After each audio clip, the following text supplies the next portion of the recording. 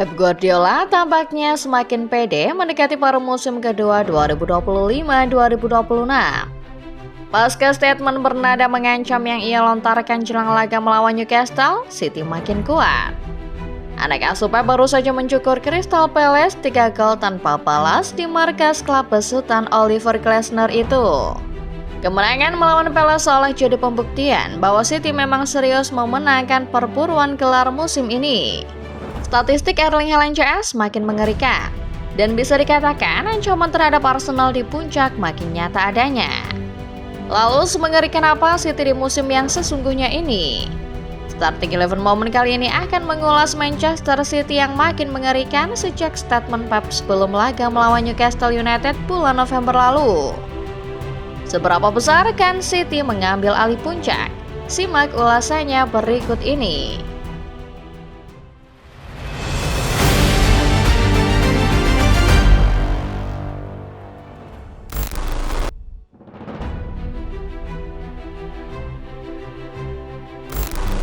Manchester City menghadapi musim 2025-2026 dengan perasaan lebih percaya diri ketimbang musim sebelumnya. Setelah menghabiskan lebih dari 200 juta euro di periode musim dingin 2024-2025, City kembali melakukan sejumlah perekrutan besar di musim panas.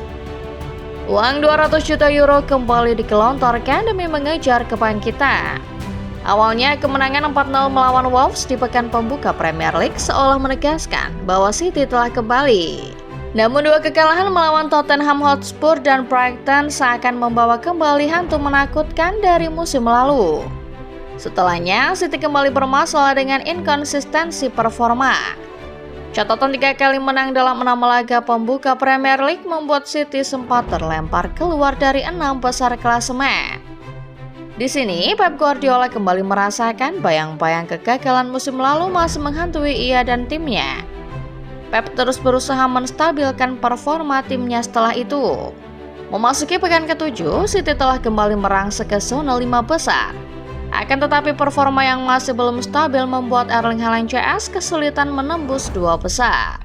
City harus menunggu sampai bulan Oktober untuk kembali mendapatkan momentum bagus dalam persaingan gelar juara.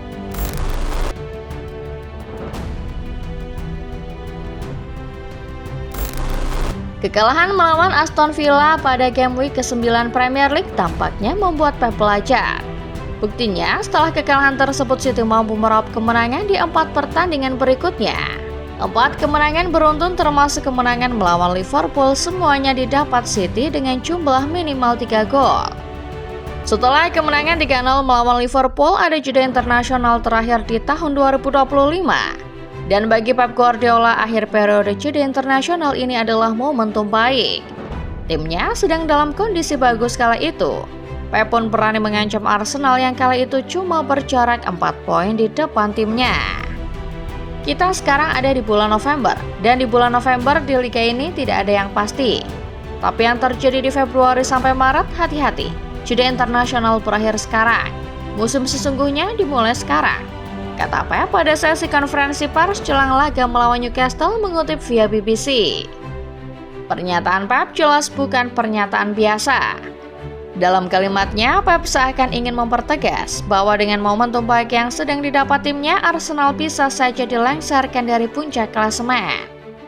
Apalagi kita semua tahu bahwa pada musim 2022-2023 dan 2023-2024, City berhasil mendepak Arsenal dari puncak, meski sempat ketinggalan.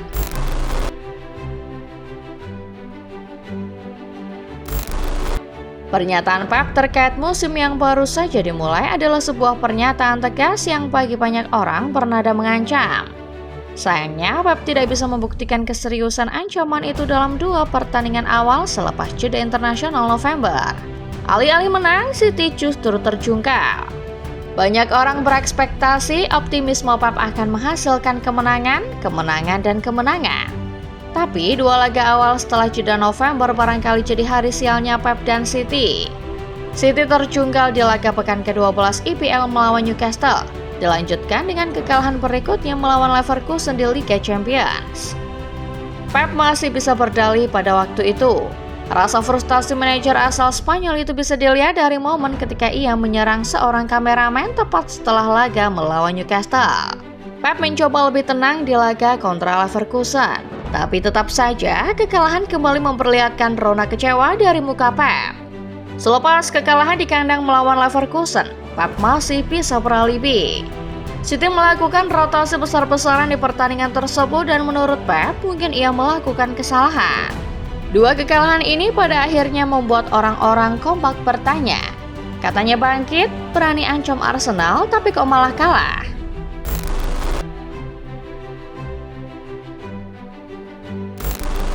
Setelah ancamannya terhadap Arsenal, wajar apabila banyak orang berekspektasi City akan terus menang. Tapi para pemain City juga manusia. Mereka bisa melakukan kesalahan yang berakibat pada dua kekalahan beruntun selepas jeda November. Namun satu hal yang pasti, setelah dua kekalahan tersebut, City berubah jadi lebih mengerikan. Kebangkitan belum terlihat jelas ketika City susah payah meraih kemenangan melawan Leeds United. Pun begitu yang terjadi dalam drama 9 gol saat City menaklukkan Fulham 4-5. Namun setelahnya City mempertegas keadaan dengan menang 3-0 melawan Sunderland, berlanjut dengan menang 3-0 melawan Crystal Palace. Di antara dua kemenangan Premier League tersebut tersemat satu kemenangan yang tak kalah penting, yakni kemenangan 1-2 melawan Real Madrid di Liga Champions. Maka setelah kemenangan kontra Palace, City kini telah catatkan rekor 5 kemenangan secara beruntun. 5 kemenangan ini seolah menegaskan bahwa musim sesungguhnya memang baru dimulai bagi City. Menang melawan Palace bukanlah perkara mudah. Musim ini skuad Oliver Glasner beberapa kali merepotkan para raksasa. Bahkan juara bertahan Liverpool saja dibuat bertekuk lutut 2 kali musim ini. Akan tetapi di hadapan City kendati bermain di kandang sendiri, tim berjuluk The Eagles berhasil dibuat tak berdaya. Pep pada akhirnya kembali menunjukkan senyum bahagianya selepas laga kontra Palace. Sekali lagi ia mengirim pesan bahwa City siap kembali dapatkan gelar. Untuk menang 3-0 di sini ini adalah pernyataan yang bagus, katanya. Pep seolah sedang mengungkapkan bahwa pernyataan yang bagus itu maksudnya pernyataan yang bagus untuk juara.